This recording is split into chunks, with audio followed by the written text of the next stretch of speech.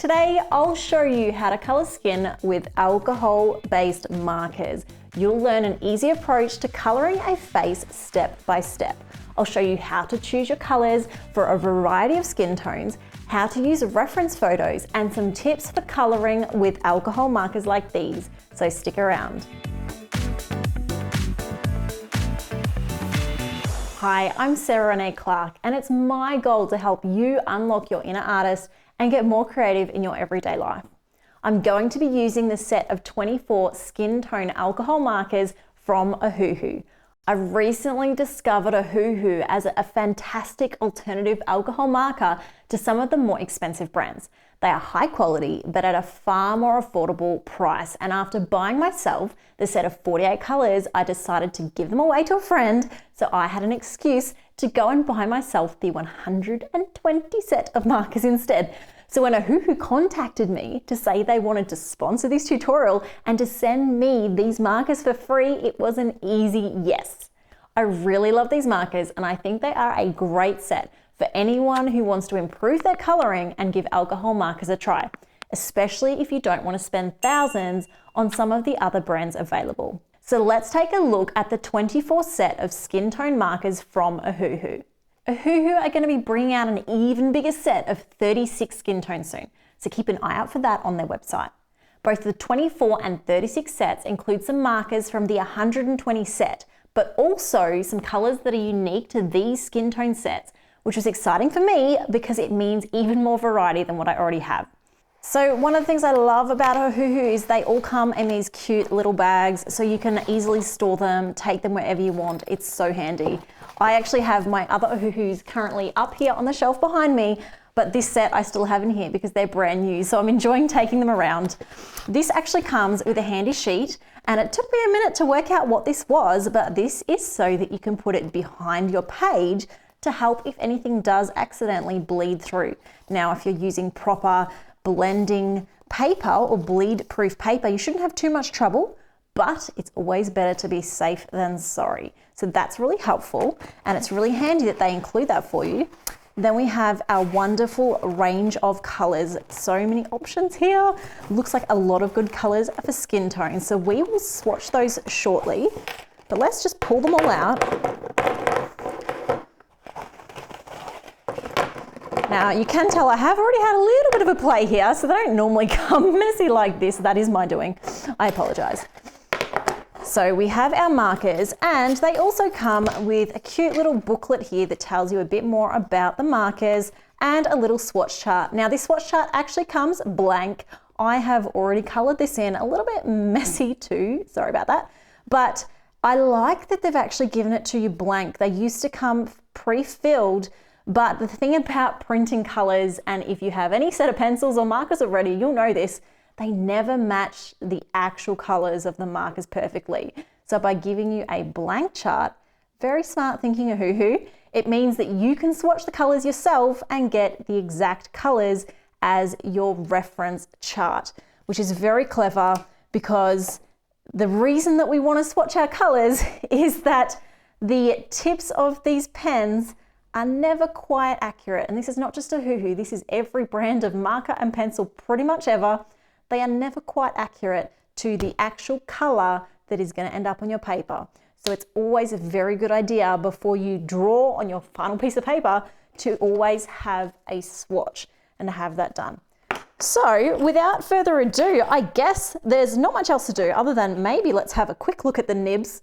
But we have here a chisel nib on one end, and we have the beautiful brush nib on the other end. And we have our number system on the top and on the bottom. So we have a number and we have the name. The other good thing about these is they have these little ridges on the side. So if you put them on the table, they're not going to roll too far, they stop. It also means if you want to get pretty and display them for a photo, you can adjust those and get them perfectly positioned exactly how you want them. And it's actually handy, it has this little gray rim around the color that has the side that has the brush. So I know with markers that I used to have, I used to always open the chisel end when I wanted the brush end, and it never occurred to me to actually just check the rim. So there's a little tip for you.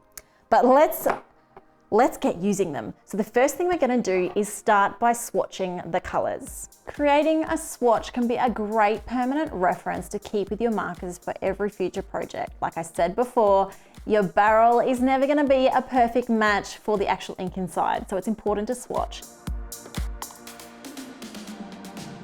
Even though Ohuhu provides you with a blank swatch for your colors, I like making my own larger swatch on the paper I'll be using.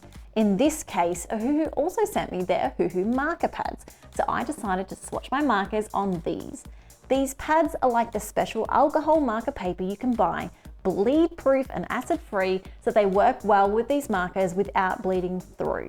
Whenever you're using alcohol-based markers, it's best to use bleed-proof paper because regular paper will absorb more of the marker, making it harder to blend your colors, using more of your ink and leaving you with a bigger chance of the ink leaking through the page or bleeding out the lines.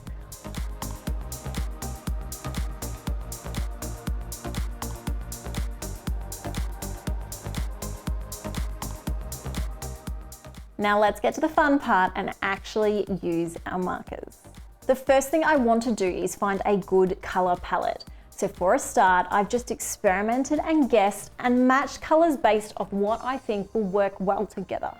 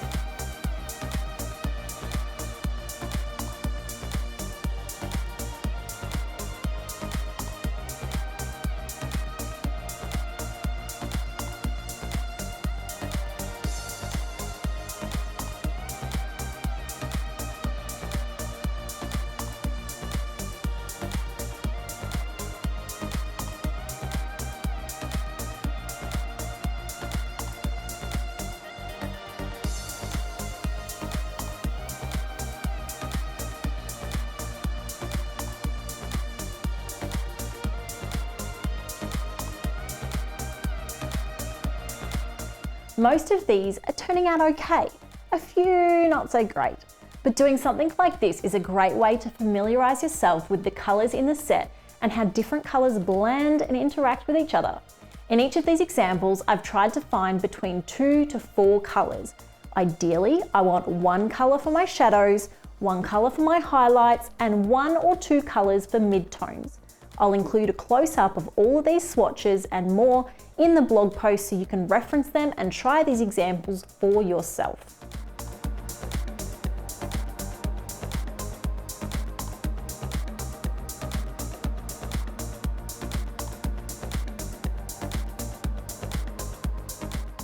Now, so far I've done this just by guessing, but if we really want to replicate accurate skin tones, the best way to do this is using a reference photo.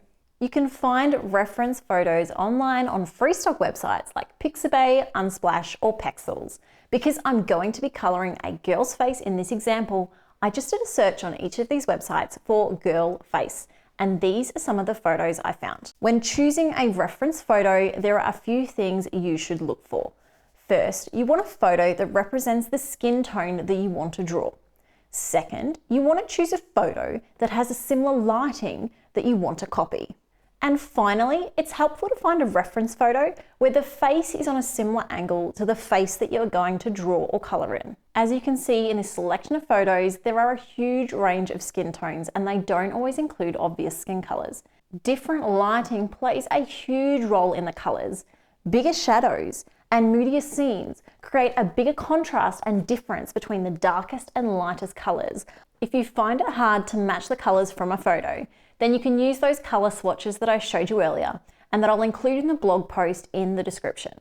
Here's a look at the coloring page I'm going to be coloring with our markers today, and I've decided to use this color palette. So now that we've chosen our colors, let's jump into our coloring. First, I like to fill the entire face and neck with the lightest skin tone. If your image is large, you may prefer to use the chisel tip to help you fill the larger area quickly. Otherwise, the brush tip is fun to use and perfect to getting into smaller spaces.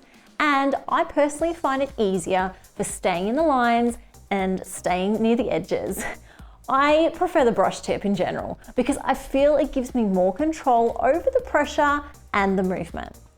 One thing I've noticed with the Ohuhu markers is that they do get more saturated with more layers. So when I swatched out my colors, I ended up with very saturated and vibrant skin tones. So keep this in mind. You may want to work lightly and keep less layers if you're wanting paler skin, or if you're wanting a duller color. It does, however, mean that we can use a single color for some of our shading too, which we'll do in our next step. Next, decide where your shadows will be. The simplest way to do shadows is to think about where light naturally falls and start there. I'm actually going to use the same marker as my base layer and lightly go over a second layer in the areas that I think make sense for shadows in this picture. So we'll frame the face, go around the hairline, under the eyebrows, under the neck, under the nose, under the lips, along the sides of the nose, under and around the eyes, but not too big or she'll look really tired. And you can already start to see she's coming to life. But we don't have much depth yet because we're still only using one color. So it's time to bring in our midtones. The next step is to use your midtones for shading. If you are happy with where your shadows are, use your midtone colors and go over these areas again. Remember to work carefully and be patient.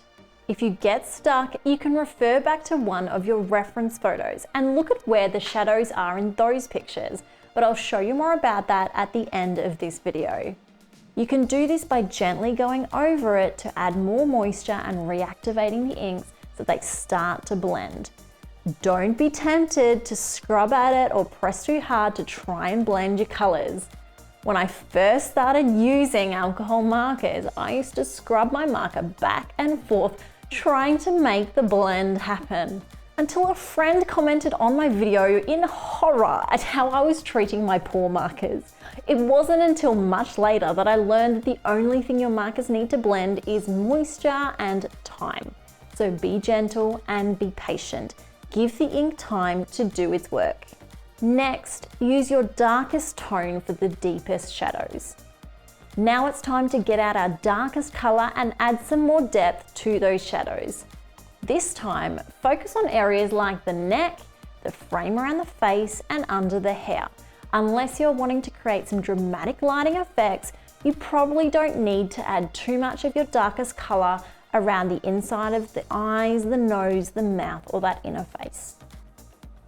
Go back again with your midtones to blend your darkest colors into the rest, and again with your lighter markers if you feel it is necessary.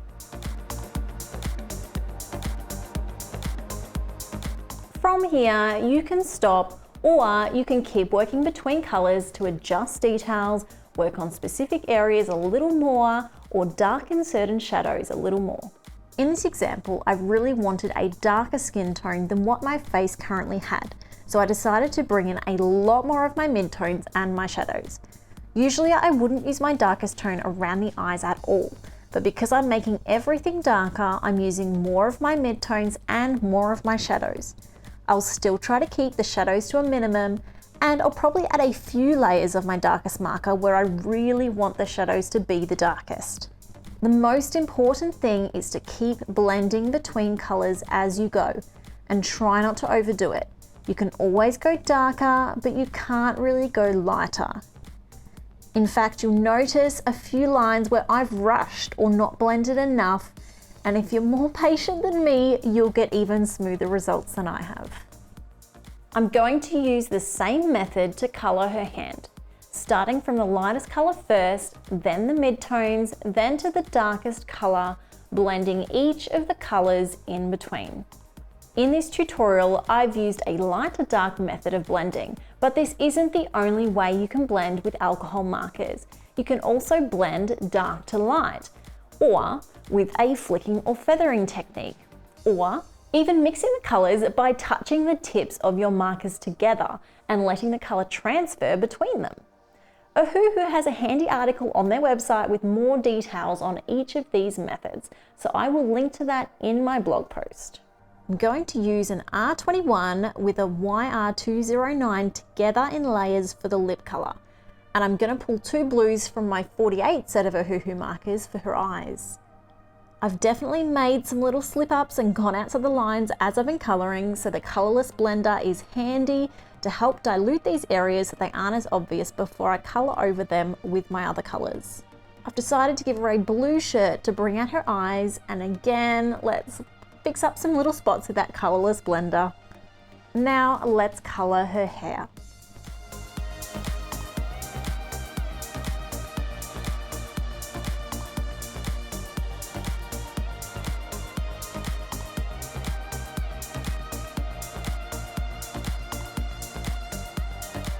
I'm using a feathering blending method for the hair with the markers, and I'm actually working from the darkest marker first, then the mid-tones, and then the lightest tone. I won't be going into detail on hair in this video, but if it's something you're interested in, please let me know in the comments and I might do a tutorial on it in the future.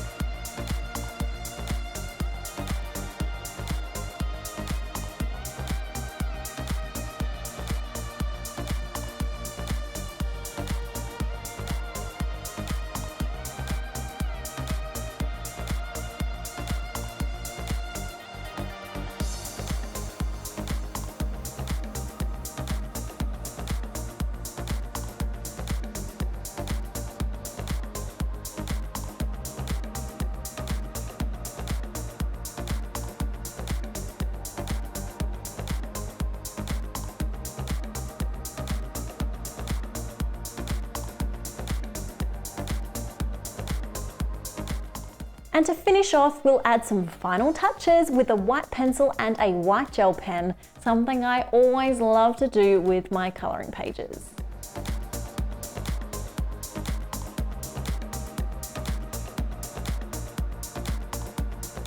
Before we finish up this tutorial, I do want to take a moment to discuss some more advanced lighting techniques.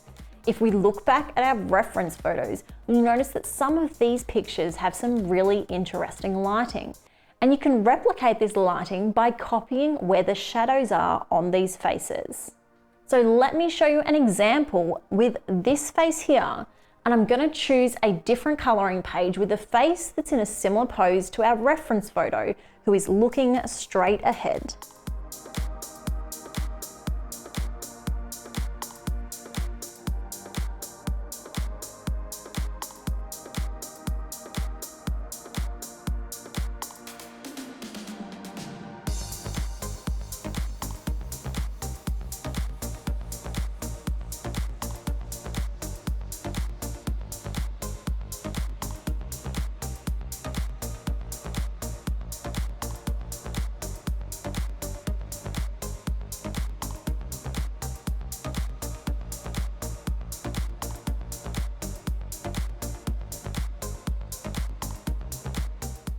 So instead of doing the shadows around the whole face, the shadows are now predominantly on the right side.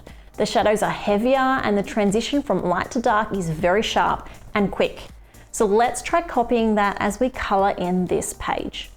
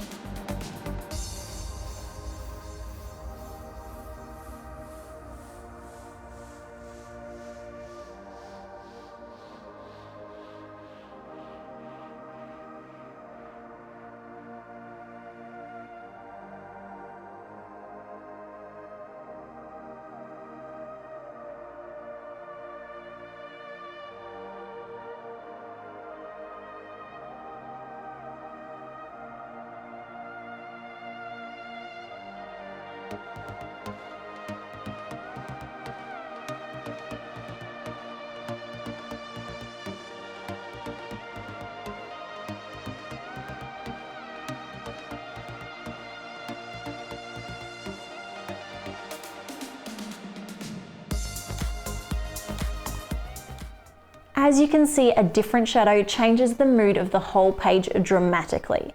So once you've had some practice with basic skin tones and coloring faces, I encourage you to get creative and try something unique with some interesting lighting. Using a reference photo is a great way to make this easier and less intimidating. I'm also trying to apply the same lighting to the flowers and leaves in her hair. To do this, I'm simply using dark colors on any flowers and leaves on the right side and lighter colors on the left. I'm also using darker colors on any leaves or flowers that are covered by other leaves or flowers. To choose the colors of my actual flowers, I found a color palette from the color catalog that fits the mood I was looking for and found some colors from my Ohuhu set of 48 markers that were a close match.